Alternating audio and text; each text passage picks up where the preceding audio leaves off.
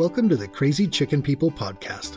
If you're crazy about chickens, then you're in the right place.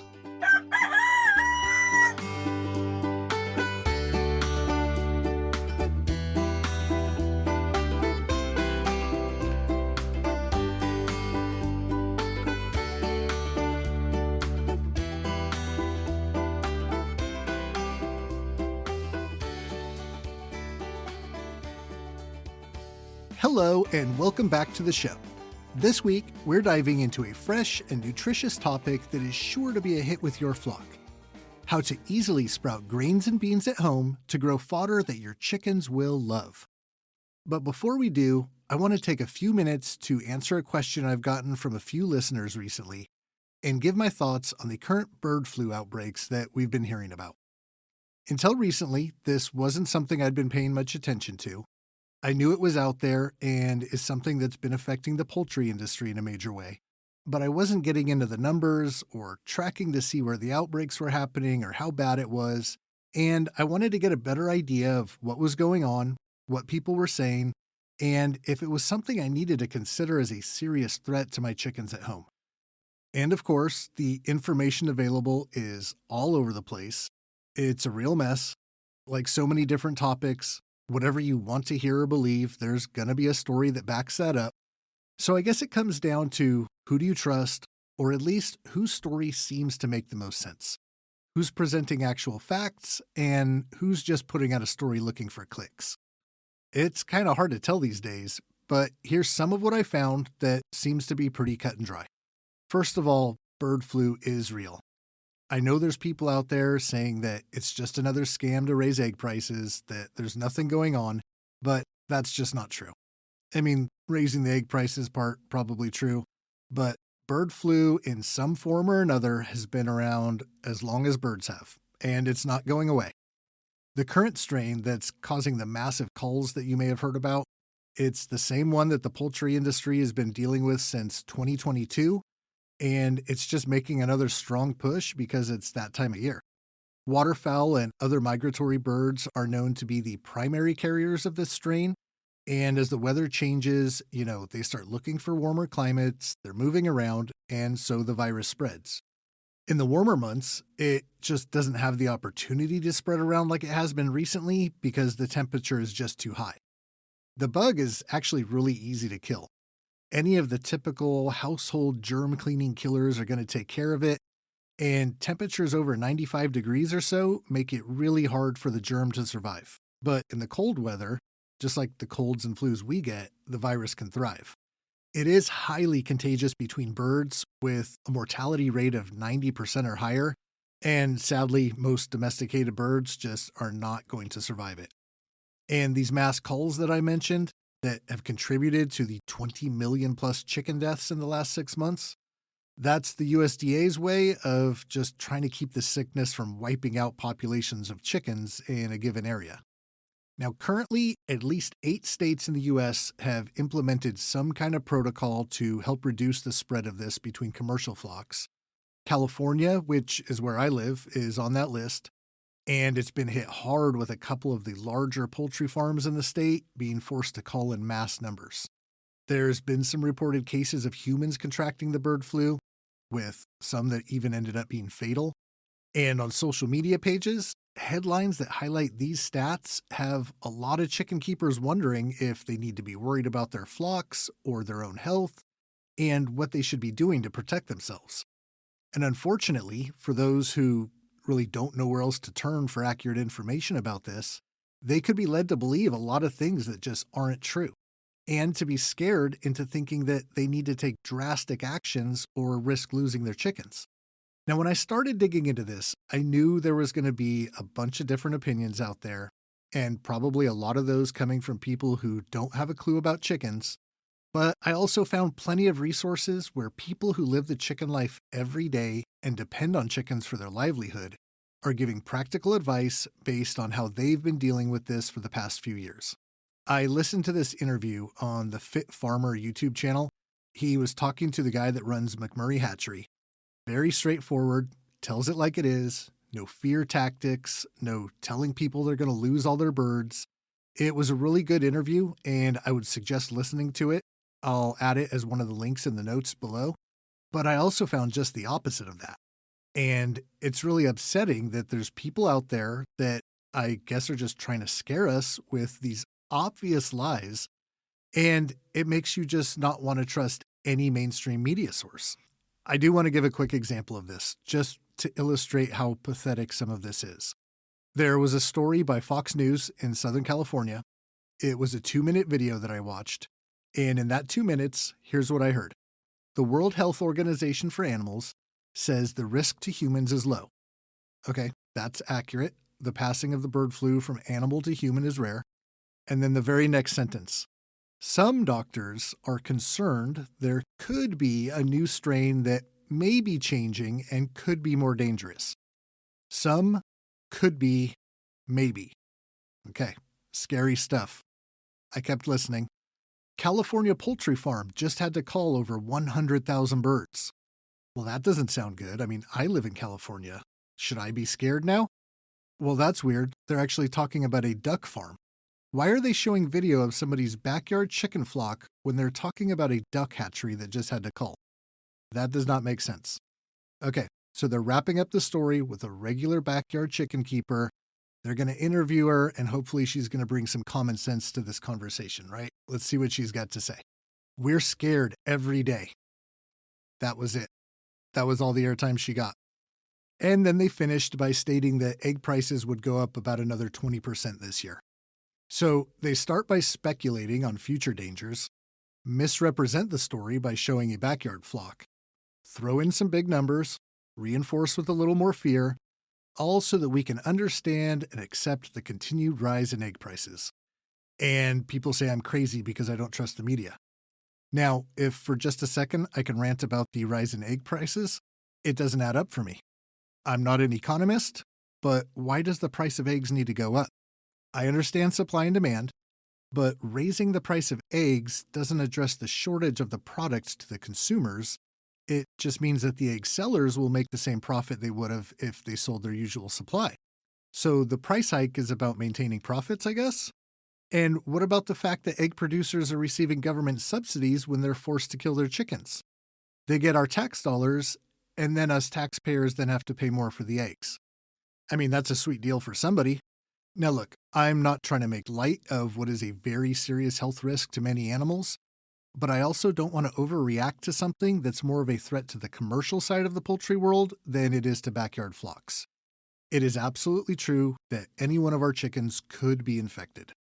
And although it's very rare, like very rare, a human could contract the sickness from an infected bird. So what do we as backyard flock owners do? Well, in my opinion, and that's all it is, I think everyone should research on their own if they're concerned and do what makes sense for you. But for me, I'm not doing much. The bird flu is most commonly spread by migratory waterfowl that are infected and come into contact with or leave their poop around domesticated birds. My chickens don't really have any contact with waterfowl. Now, if yours do, it'd be a good idea to do what you can to keep them away from your flock.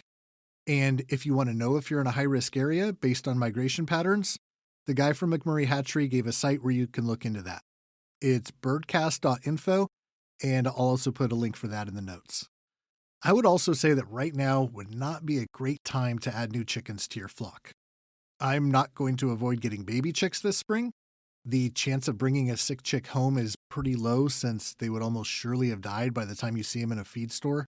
And sick hens aren't even able to pass it to their babies because the germ itself would die in the heat of the incubation process. But, people trying to sell pullets or unload their flocks on Facebook, if you go to those small animal auctions, I would stay away from those things for a while. Tighten up on your biosecurity, clean up after you visit your coop, and just try to keep your chickens isolated from anything that could introduce something new into their space. That's the advice that the McMurray guy gave. That's the advice that a bunch of other people in the chicken world who I trust are suggesting, and that's what I'm going with. No drastic changes, and I'm not going to let myself worry about something that's almost totally out of my control anyways, that'll more than likely never even affect me. So I wanted to get that out there. I wanted to let you guys know how I felt about it, but you should definitely look into it more yourself and go with what you think is best for you and your flock. Okay, now on to the fodder. If you've never heard of fodder before or feeding it to chickens, what we're talking about is sprouting different grains or beans that grow into this super nutrient packed little greens. It can be a really fun way to make a very healthy treat for your chickens right at home. It takes no gardening skills, which is a plus for me, and it's low commitment. A few minutes a day for 6 or 7 days, and you're done. No months of watering and waiting for a garden to start producing. And if you want, you can grow them all year long. So in the summertime, when around here at least, everything is dried out, I can still give my chickens fresh greens to snack on, and they love it. So, why should you try adding fodder to your chicken's diet? Well, first, it's a nutrient dense food that packs a ton of the things your chickens need to be their very best in a very small package. Sprouting grains actually makes the nutrients in them more digestible for your chickens so that they can get the most out of what you're feeding them.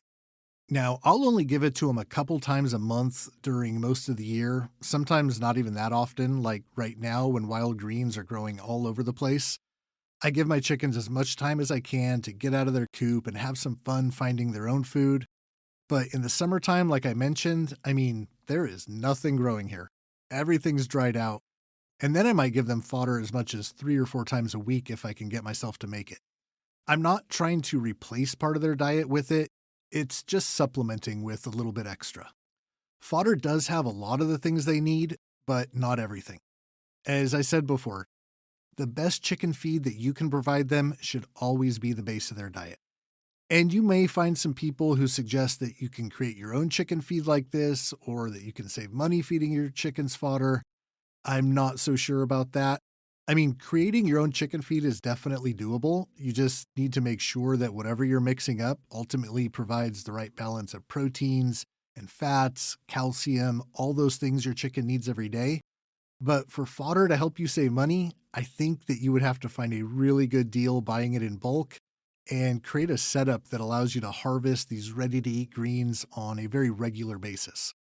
And there's ways to do that, and it's not super complicated. And I'm going to link some videos for the different ways to do this at home on a small or a large scale. But for today, I'm more focused on the quick and easy method. Okay, now we'll run through some of the best options you have for sprouting. And for the most part, you can find these at the grocery store in small bags or even in the bins where you can scoop and bag as much or as little as you want. And those are probably the most cost efficient way to go if you don't want to order in bulk. Unless you start growing this stuff on your own, then you can start seeing some real savings in your feed cost, but that is way more work than I'm willing to take on. So the first one is barley, and this is going to be your superstar of the fodder world. It's high in fiber, great for a chicken's digestion, and it boosts their immunity systems. My flock loves it, and I am sure yours will too. Wheat is another great option. It's packed with protein and gives them a lot of energy. It's not expensive, but wheat seeds may not be as easy to find as some of the others.